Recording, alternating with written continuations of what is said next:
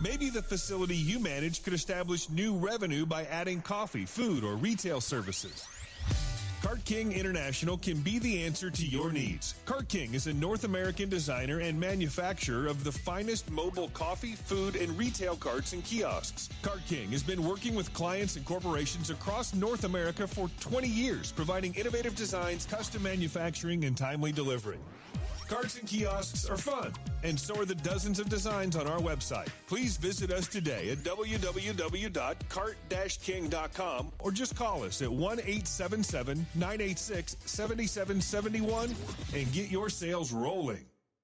PureSoapFlakes.com, 218-568-2525.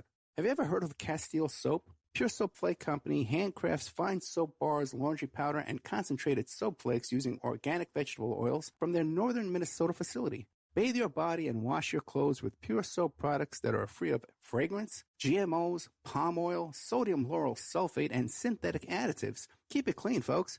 Pure Soap Flake Company products are kind to living creatures and sensitive skin, safe for drains and waterways, and work great in high-efficiency washers and top and front-loading machines.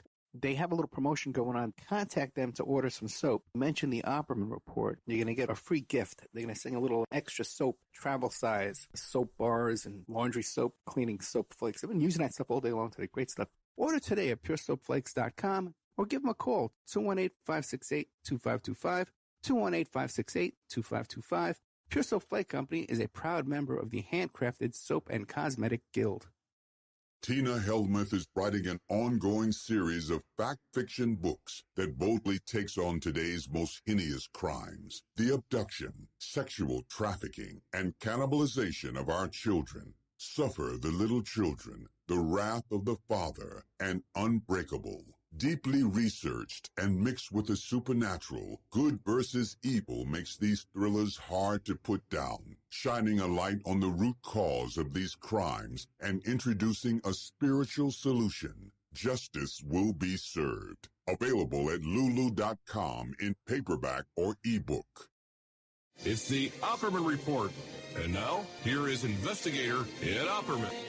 Yeah, New York. Yeah, he hung out to 9 Bleecker Street and 10 Bleecker Street, Studio 10. Right around that time. No, doesn't ring any bells. He knew your product. He knew your stuff very well. I'm sure everybody knew our product. Yeah, and the prices back then that you guys were supplying were ridiculously cheap. Yeah, it was. And that was the idea, was to bring it in at a good price and a good product, and then it would move really fast. You know, that.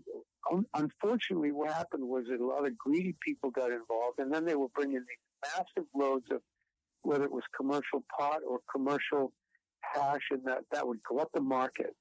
And it happened time after time. So we bring in a load of really good hash, and then we go to our dealers, and the dealers would come back and say, well, we got a problem because the market's flooded with this low-grade Lebanese hashish, and it's not moving.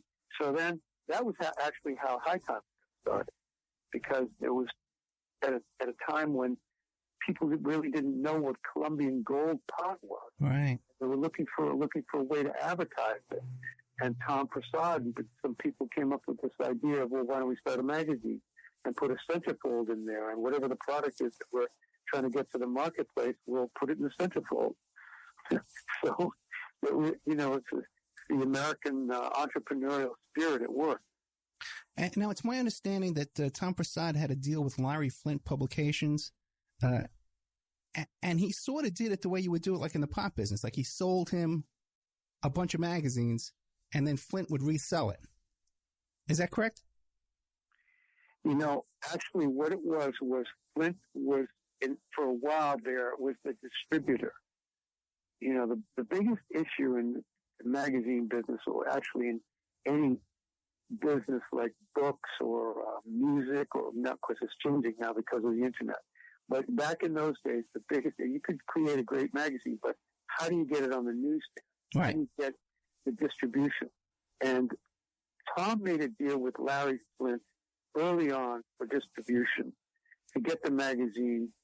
So yeah, it would be a deal where Larry's company would purchase the magazine at one price, or make a deal to sell it at one price, and then distribute it and get a fee for the distribution. That's basically how that worked.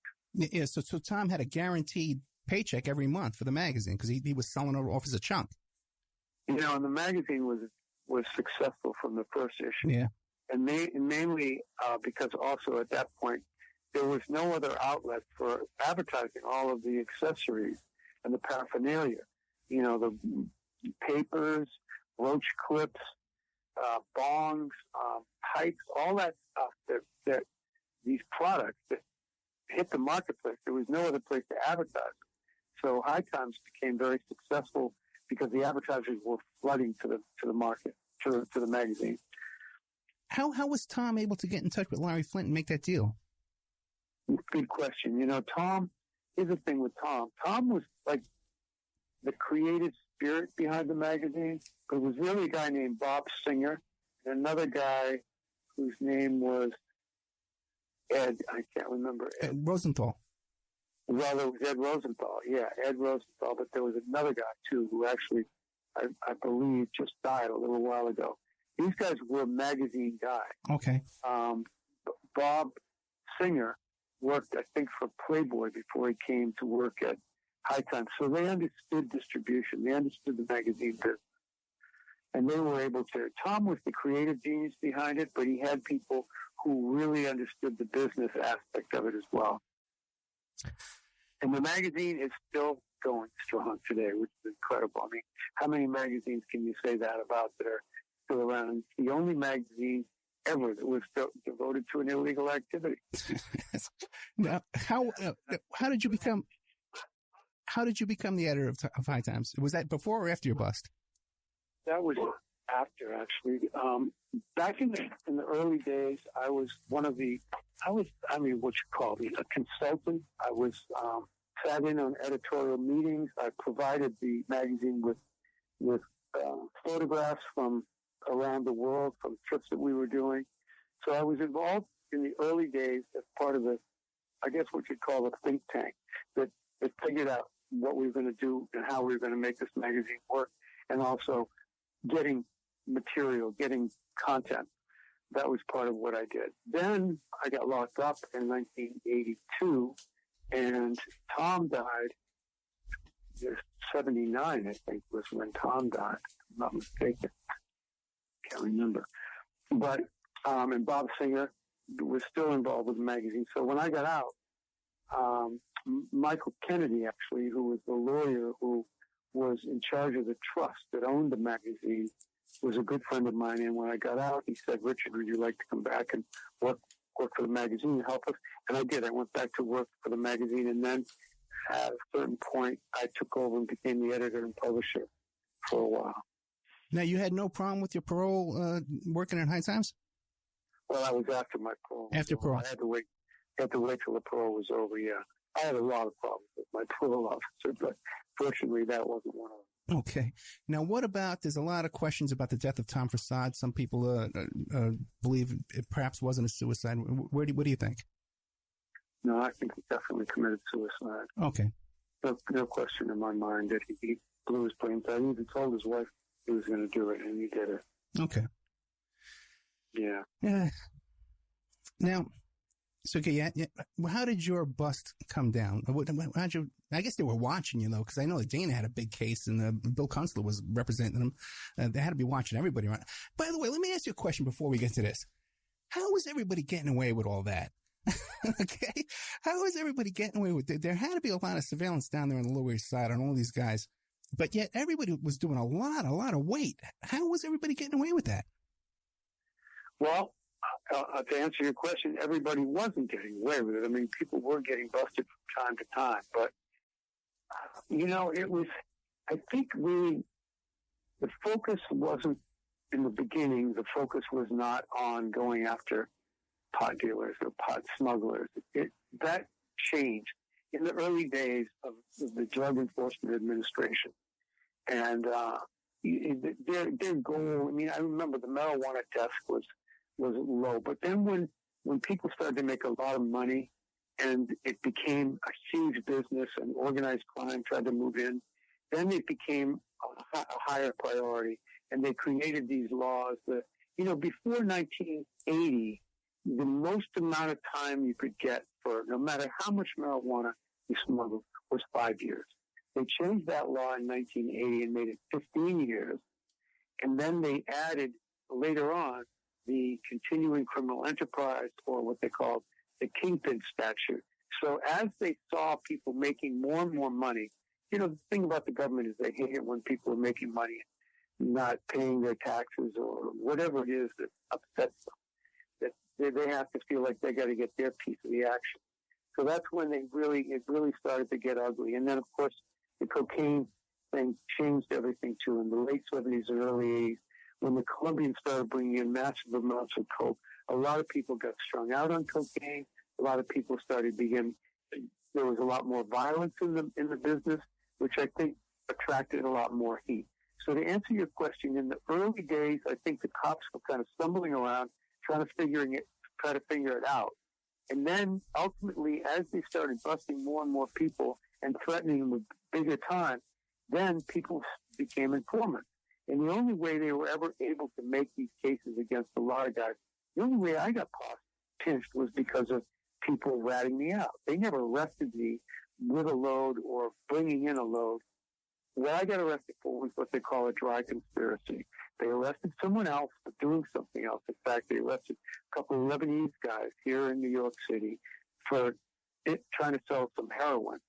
And they said, well, we know that your father is chief of customs in Lebanon, and he knows this guy. And they showed them a picture of me. And the guy, one of the guys was the son of the chief of customs, this guy Nasif Barrow. He said, oh, yeah, Mr. Richard, I know. They said, we'll make a deal with you. If you can get this guy so that we arrest him, then you can go. And that was the deal they made. And that's the way law enforcement works. They bust some lower level guy. They say, listen, we want the guy who's above you. We'll give you a deal where they did it with me too. After they arrested me, they wanted Norman Mailer. They said Mailer wasn't even involved, but he was a big name. They wanted his name. He and I owned property together. They figured they could get a conspiracy case against him. They offered me that deal too. They said, give us Mailer, give us some of these other guys. There were other guys who were much bigger, who were really in the business. A guy named Jimmy Chago down in Texas, and guys up in Boston who I knew who were still out there, guys here in New York that they wanted, and they were willing to make that same deal with me. Rat out your friends, give us these people, give us everybody, and then we'll make a deal with you where you'll do a year or two and you'll go home. But I refused, and I refused over and over again. I refused, and they took me to court up in Maine. They charged me with marijuana importation and distribution. They gave me 15 years, which was the maximum. Then before I even got to the prison, I was on my way to the prison. I get to New York. They take me off the bus, and they say, well, we got another case. I'm like, what? What do you mean another case? You just got 15 years in Maine. They said, well, now we're going to charge you under the kingpin statute with continuing criminal enterprise, and you're now facing life. So they brought me over to the DEA, and they said, are you ready to cooperate now? And I was like, no, I'm not ready to cooperate.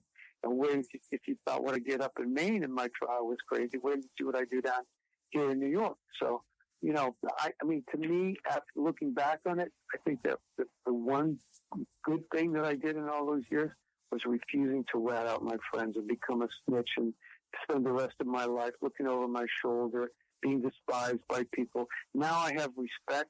Wherever I go, people remember, oh, yeah, Stratton kept his mouth shut. He did the time, and he paid for it, you know, his responsibility. So that's how they make the cases. That's how 90%, I would say, of dope cases are made, by busting somebody low level who gives the authorities information so that they can arrest the higher ups. Okay, before we get into all that, I got a couple of specific questions again about Bleecker Street. Like a guy like Mickey Caesar, Dollar Joint, the Popa Pot, right? How could he get away with an operation like that? So blatantly out in the open. I know he did do some time ultimately, but he had a long run. Yeah. You know? He did. Yeah, he was like riding around on bicycles delivering products. Yeah. How did he get away with that? Like I said, I don't think they thought of it as a high priority, especially the lower level. I mean, he was dealing like ounces, running around. I mean, I'm sure his basically by the end of the week he had sold a lot of pot, but, it was really their